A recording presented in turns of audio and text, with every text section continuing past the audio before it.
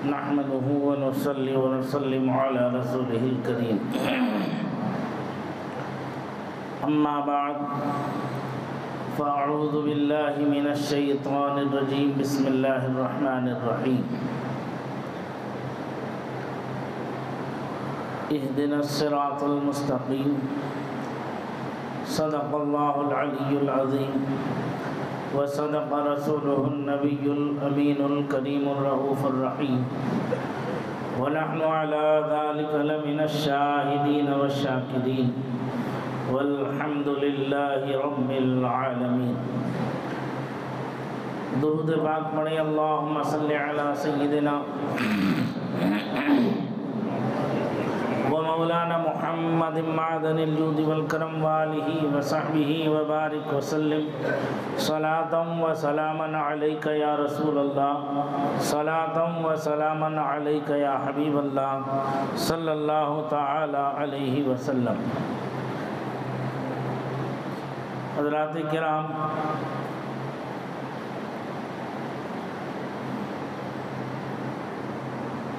حدیث پاک میں فرمایا گیا الرجب شہر اللہ، شعبان شہری، رمضان شہری امتی. رجب اللہ کا مہینہ ہے، شعبان میرا مہینہ ہے، اور رمضان المبارک جو ہے وہ میری امت کا مہینہ ہے. ایک حدیث شریف میں یوں فرمایا رجب بیج بونے کا مہینہ ہے، شعبان اس کھیتی کو سیراب کرنے کا مہینہ ہے، اور رمضان المبارک اس پکی ہوئی کھیتی کو کاٹنے کا مہینہ. زندگی اپنی منزل کی طرف بہت تیزی کے ساتھ رواں دواں.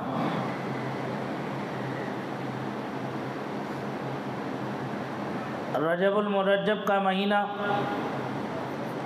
کیسا مبارک و مسعود مہینہ،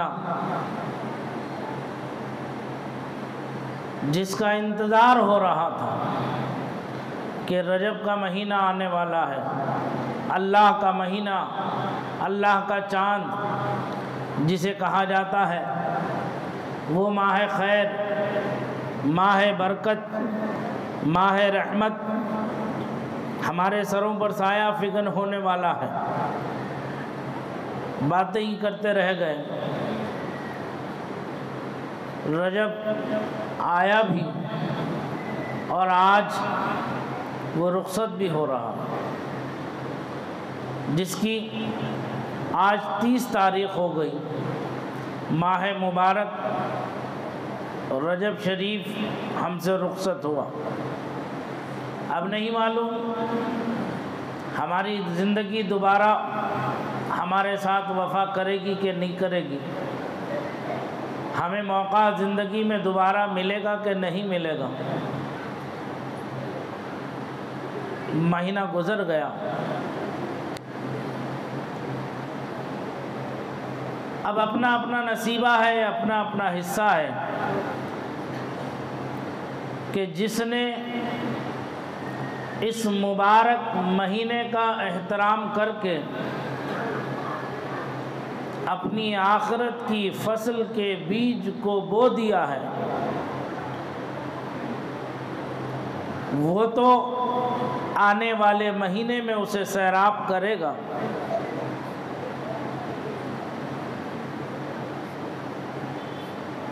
اور جس نے نہیں بویا،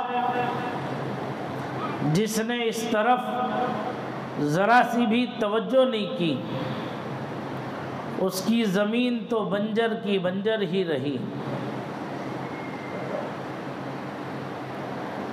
اب آگے اس میں پھل کا آنا یہ عقل سے بعید بات ہے.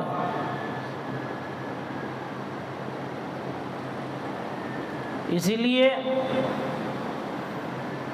فرمایا گیا کہ وقت کی قدر کرو، اس کی اہمیت کو جانو اور سمجھو گیا وقت پھر ہاتھ آتا نہیں، گیا وقت پھر ہاتھ آتا نہیں۔ جس طرح سے ہم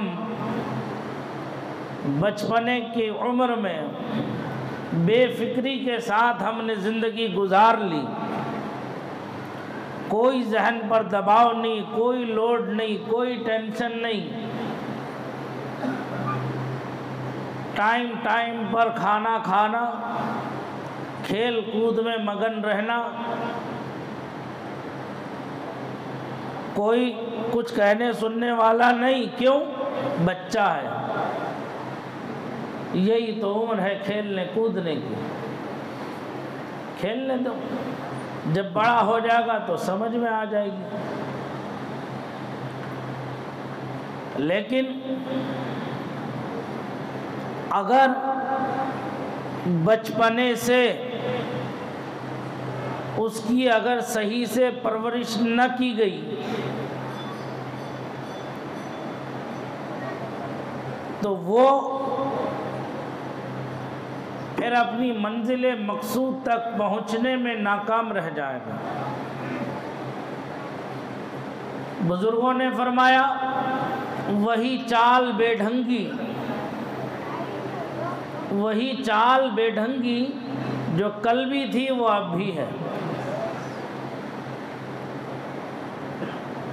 ایک محاورہ بھی ہے، جبل گردت جبلت نہ گردت۔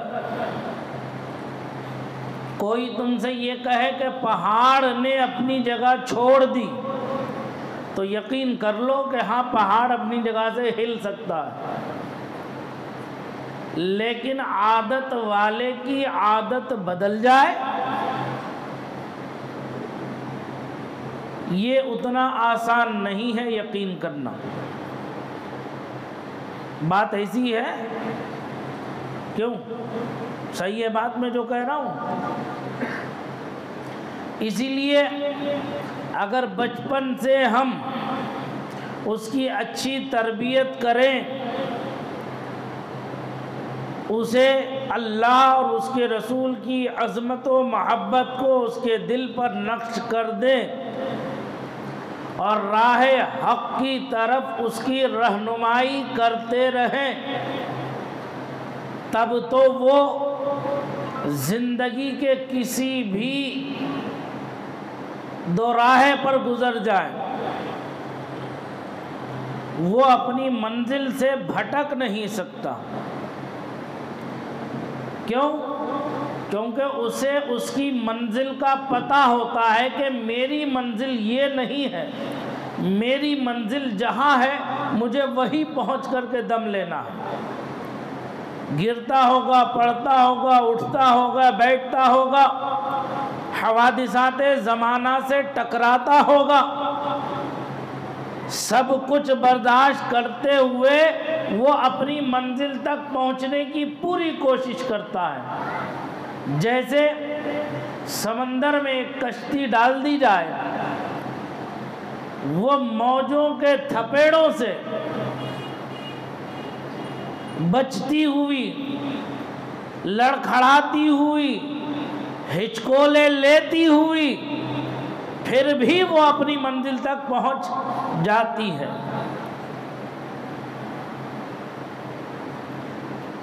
لیکن اگر آپ نے کوئی ایسی کشتی ڈال دی جس کے اندر سمندر کے تھپیڑوں سے مقابلہ کرنے کی قوت ہی نہ ہو،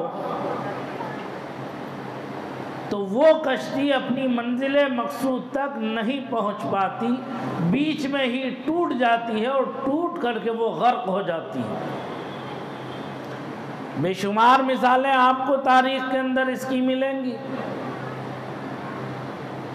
ایسے ہی اگر ہم نے بیج بو دیا زمین کے اندر اور اس بیج سے کلی نکلنا شروع ہو گئی، اگر ہم نے اس کی سینچائی نہ کی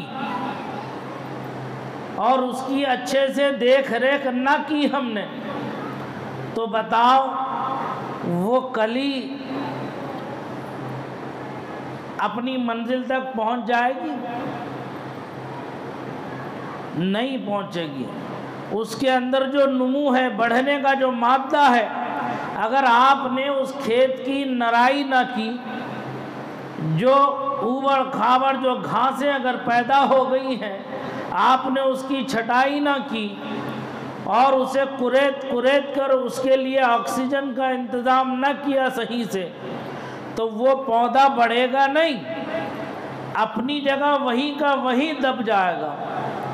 لیکن جس کھیت کی اچھی سے آبیاری کی جائے، جس کھیت کی دیکھ ریکھ اچھے انداز میں کی جائے، تو وہ پودا جو ہے بڑھتے بڑھتے ایک دن جواں سال ہو جائے گا۔ یہاں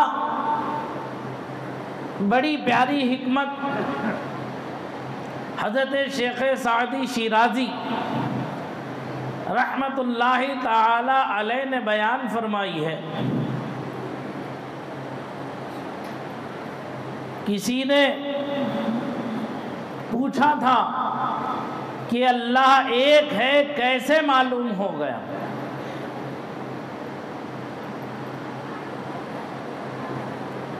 تو فرماتے ہیں ہر گیاہے کے از زمین رویت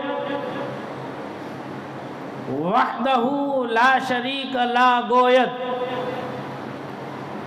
فرماتے ہیں جب تم بیج بوتے ہو، چاہے مسور بو، ارد بو، چنا بو، مٹر بو، چاول بو، گندم بو، دنیا کی کوئی بھی چیز تم بوگے، زمین میں جب تم دانہ ڈالتے ہو تو جب وہ دانہ نمو پاتا ہے، بڑھتا ہے اور وہ اپنی منزل کی طرف اٹھنے کی طرف آتا ہے، تو ذرا اس پر غور کرنا کہ ہر دانے سے نکلنے والی ایک ہی پتی ہوتی ہے۔ ہر دانے سے نکلنے والی پتی وہ ابتدائی مرحلے میں ایک ہوتی ہے، جب وہ بڑھنے لگتی ہے تو وہ انیک ہو جاتی ہے۔ فرماتے ہیں ہر دانہ دن کا جو زمین سے اگتا ہے ایک پتی کے ساتھ نکلتے ہوئے اس بات کی گواہی دیتا ہے کہ اے دنیا والو سنو، اس پوری کائنات کا خالق و مالک یک و تنہا ایک ہی ذات ہے اور وہ اللہ وحدہ لا شریک کی ذات ہے۔ پیڑ گواہی دے اللہ ایک ہے، شجر گواہی دے اللہ ایک ہے، پتھر گواہی دے کہ اللہ ایک ہے، انسان گواہی دے کچھ اور، تو یہ کتنی بڑی عقل سے بعید بات ہے۔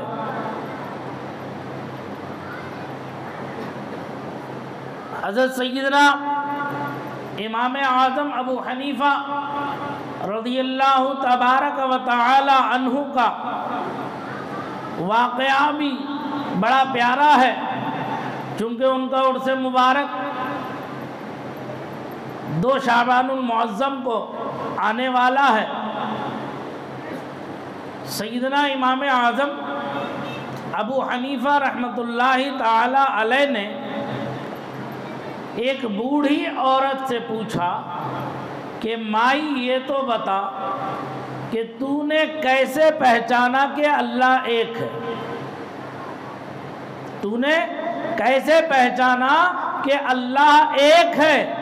تو وہ کہتی ہیں میں نے اپنے چرخے سے پہچانا کہ اللہ ایک ہے۔ نہ قرآن کی کوئی دلیل، نہ حدیث کی کوئی دلیل، وہ کہتی ہے میں نے چرخے سے پہچانا کہ اللہ ایک ہے۔ امام اعظم فرماتے ہیں چرخے سے تو نے یہ پہچانا کہ اللہ ایک ہے؟ ذرا ہمیں بھی تو بتا کہ تو نے پہچانا کیسے؟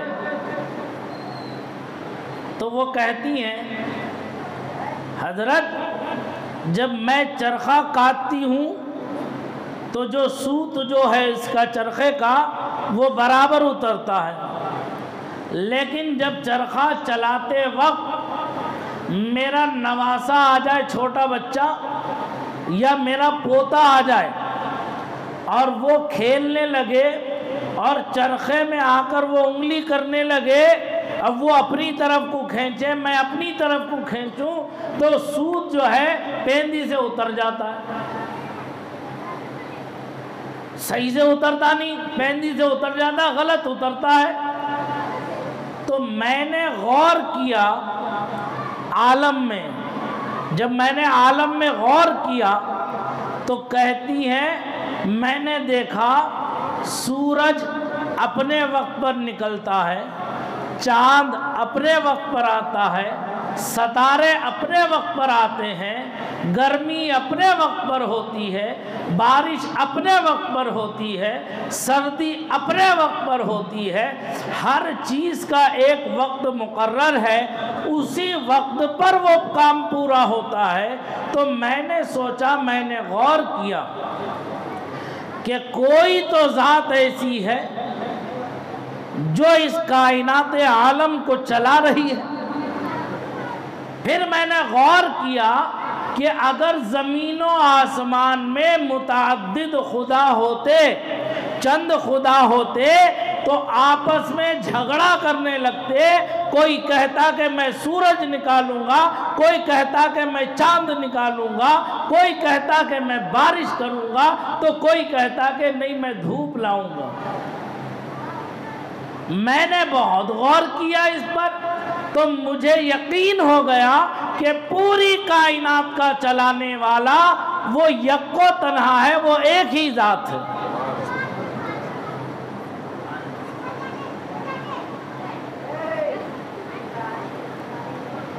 سمجھ میں آئی بات؟ قرآن اس کی گواہی دیتے ہوئے فرماتا ہے لَوْ كَانَ آلِهِمَا إِلَّا اللَّهُ لَفَسَدَتَا، اگر زمین و آسمان میں چند خدا ہوتے تو ضرور فساد ہو جاتا۔ وہ بوڑھی عورت قرآن نہیں پڑھی، حدیث نہیں پڑھی، بلکہ اپنے چرخے سے اس نے پہچانا کہ کائنات کو وجود دینے والا، کائنات کو چلانے والا وہ یک و تنہا ہے۔ اسی لیے آقا کائنات نے ارشاد فرمایا علیکم بدین العجائز، کہ تم پر بڈھے اور بڑھیوں کا دین اختیار کرنا لازم ہے۔ کیوں؟ کیونکہ یہ جو ہے اپنے معاملات میں بہت مضبوط ہوتے ہیں، تم انہیں لاکھ ہلانے کی کوشش کر لو، نہ کوئی بڈھا اپنی جگہ سے ہل سکتا ہے، نہ کوئی بڑھیا اپنی جگہ چھوڑنے کو تیار ہوگا۔ مضبوط رہتے ہیں، قوت ارادی ان کی مضبوط رہتی ہے۔ کیوں؟ کیونکہ زندگی کے جو تجربات ہمارے ان بزرگوں نے حاصل کیے ہیں وہ ہمیں حاصل نہیں ہیں۔ زندگی کے جو نشیب و فراز انہوں نے دیکھ لیے وہ ہم نے نہیں دیکھے ابھی تک، اس لیے انہیں تجربہ ہے کہ کہاں صحیح ہوگا اور کہاں غلط ہوگا۔ اسی لیے آقا کائنات نے فرمایا کہ تم اپنے ایمان کو ایسے ہی مضبوط کرو جیسے بوڑھا اور بڑھیا جو ہے اپنے معاملات میں مضبوط رہتی ہے۔ سمجھ میں آ رہی بات؟ تو اب رجب المرجب ہم سے رخصت ہو رہا ہے، اس میں ایک عظیم رات شب معراج آئی۔ شب معراج بڑی مبارک و مسعود رات تھی۔ ذرا سوچنے کی بات ہے، غور کرنے کی بات ہے کہ اگر ہم دنیا کے معاملات میں نظر ڈالیں، کوئی اگر ہمیں دعوت دے کر بلاتا ہے، عزت کے ساتھ ہمیں اسٹیج پر بٹھاتا ہے اور پھر ہمیں عزت سے نوازتا ہے، ہار چادر پھول ڈال کر، کوئی اگر ہمیں میڈل دیتا ہے، کوئی تمغہ دیتا ہے، اگرچہ وہ ایک لکڑی کا ٹکڑا ہے، تانبے کا یا پیتل کا ایک کتر ہی صحیح،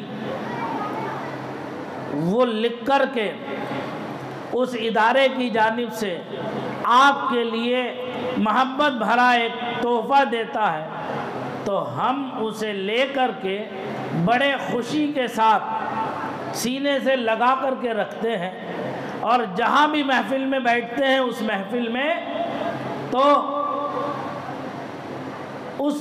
میں جہاں بیٹھتے ہیں ہم تو وہ گولڈ میڈل ہم اپنے سامنے کر کے رکھنے کی کوشش کرتے ہیں، ہم اپنے سامنے کرنے کی کوشش کرتے ہیں تاکہ دوسرا، ادھر دیکھو میری طرف، دوسرا اسے دیکھ لے اور یہ سمجھ لے کہ یہ کوئی عام انسان نہیں ہے۔ یہ بھائی ذرا جگہ دے دو، ان کے پیر میں فریکچر ہے، راستہ دے دو انہیں اطمینان سے بیٹھنے کے لیے۔ سمجھ میں آ رہی بات؟ کیا آئی سمجھ میں؟ تاکہ عام آدمی یہ سمجھ لے، اس مجلس کے لوگ یہ سمجھ لیں کہ یہ شخص جو ہے کوئی معمولی شخص نہیں ہے، اس کے ساتھ خصوصی رعایت کی گئی ہے، اسے وہ تمغہ دیا گیا ہے۔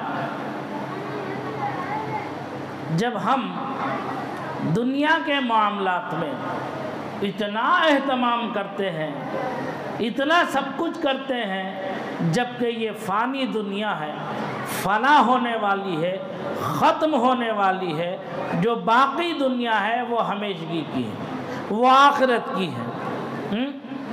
تو ذرا سوچو میرے پیارے عزیزوں، میرے دوستوں، اللہ تعالیٰ نے ہمیں نماز جیسی عظیم نعمت و دولت عطا فرمائی۔ کب؟ شب معراج۔ کہاں پر؟ عرش اعظم پر بلا کر اپنے حبیب کو اپنا جلوہ جہاں آرا دکھا کر، اپنے قرب خاص سے نواز کر، اپنے قرب کی برکتیں عطا کر کے اپنے حبیب کو یہ اعزاز بخشا، یہ تحفہ عطا کیا کہ اے میرے حبیب، یہ آپ کا، آپ کی امت کے لیے تحفہ ہے کہ جو آپ کی امت میرا قرب چاہتی ہے، میری رضا چاہتی ہے، اسے کہہ دیں کہ یہ عبادت وہ کرے، اس سے میں اس کے قریب ہوں گا۔ مجھے نماز بہت پسند ہے۔ کیوں؟ کیونکہ جب میرا بندہ نماز پڑھتا ہے، مجھے یاد کرتا ہے، تو مجھے اس پر بہت پیار آتا ہے، مجھے اس پر بہت پیار آتا ہے۔ وہ تحفہ لے کر کے آقا کائنات تشریف لائے، لا کر کے امت کے حوالے کیا اور فرمایا کہ اسے بہت محفوظ رکھنا، اپنی جان سے زیادہ عزیز رکھنا، اپنی جان کی بھی پرواہ نہ کرنا، لیکن اس تحفے کی حفاظت کرنا۔ سب نے کیا وعدہ کیا تھا؟ انشاءاللہ ہم رکھیں گے، ہم کریں گے، ہم اللہ اور اس کے رسول کی اطاعت و فرما برداری کریں گے۔ یہ وعدہ تو ہم نے روز الست عالم ارواح میں کر دیا اپنے رب سے۔ جب روحوں کو اکٹھا کیا گیا تھا تو پروردگار نے ارشاد فرمایا تھا کہ جب میں تمہیں دنیا میں بھیجوں گا تو کیا کرو گے؟ سب نے بیک زبان یہی تو کہا تھا، صبح قیامت تک آنے والی نسل انسانی نے کہ اے اللہ، ہم تیری عبادت کریں گے، تیری بندگی کریں گے، تجھی سے مدد چاہیں گے، تیری اطاعت و فرما برداری کریں گے۔ اب دنیا میں آنے کے بعد ہم وہ وعدہ بھول گئے، وہ عہد و پیمان بھول گئے، وہ اقرار بھول گئے۔ ابھی میں نے کل مشکات شریف کے درس میں اللہ کے رسول صلی اللہ علیہ وسلم کا فرمان سنایا تھا کہ منافق کی 3 پہچانیں ہیں، منافق کی 3 پہچانیں ہیں۔ نمبر 1 جو ہے، جب بات کہے گا تو جھوٹی، جب بات کہے گا تو جھوٹی، اور جب کسی معاملے میں وعدہ کرے گا تو وہ وعدہ وفا نہیں کرے گا۔ اور تیسری پہچان یہ بتائی منافق کی کہ جب اس کے پاس کوئی امانت رکھی جائے تو وہ امانت میں خیانت کر دے گا۔ تو یہ نفاق کی علامتیں ہیں کہ وعدہ کر کے وعدہ نہ نبھانا، یہ منافقت ہے، منافقت۔ دنیا کے معاملات تو چھوڑو، ہم نے وعدہ کس سے کیا ہے؟ کس سے کیا ہے ہم نے وعدہ؟ اللہ وحدہ لا شریک سے۔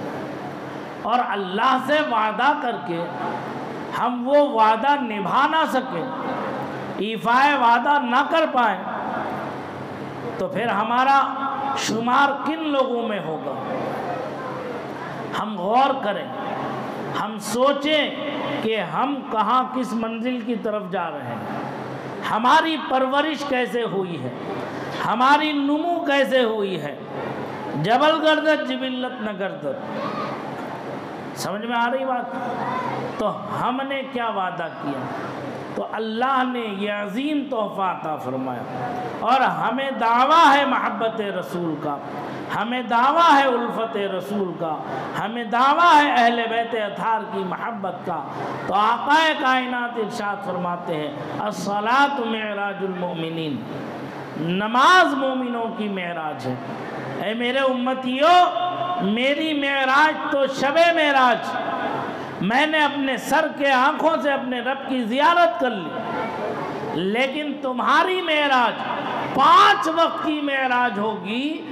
شرط یہ ہے کہ تم کامل طور پر اللہ کی بندگی کرو اور نماز کی ادائیگی کرو۔ نماز ہی مومنوں کی معراج ہے۔ کیوں؟ 5 وقت بندہ اپنے رب سے باتیں کرتا ہے، اپنے رب سے عرض و نیاز کرتا ہے، اپنے رب سے گفتگو کرتا ہے، اپنے رب سے اپنا حال بیان کرتا ہے۔ اللہ علیم و سمیع و خبیر و بصیر ہے، وہ ہماری سنتا بھی ہے، ہماری جانتا بھی ہے، اور ہماری مدد بھی فرماتا ہے۔ کیوں؟ خود پروردگار نے ارشاد فرمایا کہ میں اپنے بندے کے وہم و گمان کے ساتھ ہوں۔ میرا بندہ میری ذات پر جیسا اعتماد رکھتا ہے، جیسا بھروسہ رکھتا ہے، میں ویسے ہی معاملہ اپنے بندے کے ساتھ کرتا ہوں۔ اگر وہ مجھے قادر مانتا ہے تو میں اپنی قدرت کا اظہار کرتا ہوں، اگر وہ مجھے رازق مانتا ہے تو میں اپنی رزاقیت کا معاملہ کرتا ہوں، اگر وہ مجھے غفور الرحیم مانتا ہے تو میں بخشش و مغفرت کا معاملہ کرتا ہوں، اگر وہ مجھے ستار و کریم مانتا ہے تو میں اس کے گناہوں کی پردہ پوشی کرتا ہوں۔ دیکھو تو ذرا صحیح، غور تو کرو صحیح، ہم بند کمروں میں جو گناہ کرتے ہیں، ہم معاشرے میں جو گناہ کرتے ہیں، اس کے باوجود اللہ کریم ہے، غفور الرحیم ہے، ستار ہے، وہ ہمارے گناہوں کو کس انداز سے، کس شان کریمی کے ساتھ چھپا دیتا ہے۔